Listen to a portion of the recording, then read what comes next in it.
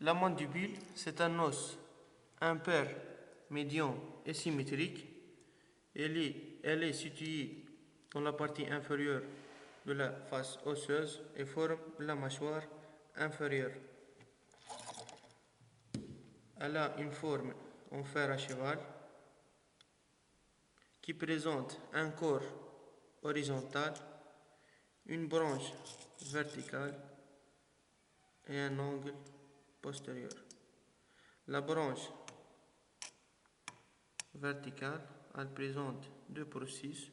Le processus condylaire par lequel la mandibule va s'articuler avec l'os temporal et le processus coronoïde. Le processus condylaire présente une tête, c'est la fosse ou la face articulaire, et un col. Entre les deux processus existe une incisure appelée l'incisure mandibulaire. À la jonction de la branche et du corps existe la ligne oblique.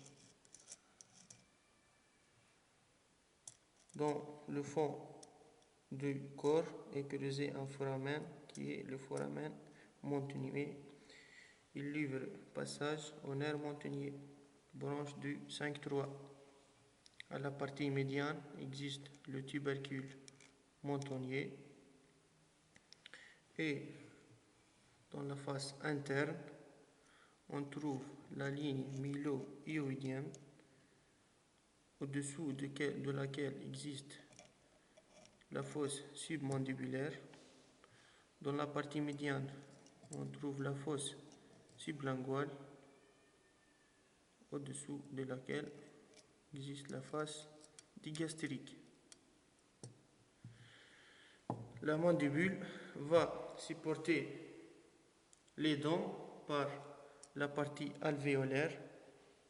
Les dents, elles ont un rôle esthétique, un rôle dans la prononciation et un rôle dans la mastication à l'aide des molaires et des prémolaires. Donc la nomination des dents.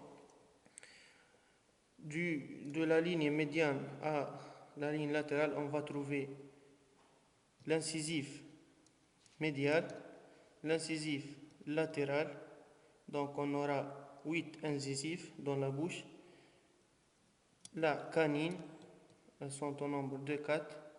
Les prémolaires, ils sont au nombre de 8. Prémolaire 1 et prémolaire 2. Puis enfin, les molaires au nombre de 12 sont les molaires 1, les molaires 2, les molaires 3 qui sont les dents de sagesse. Donc, je vais parler de l'articulation temporomandibulaire ou ATM tout court. C'est la seule articulation mobile dans la face. Les surfaces articulaires sont la tête du processus condyle de la mandibule et la fosse mandibulaire au niveau de l'os temporal.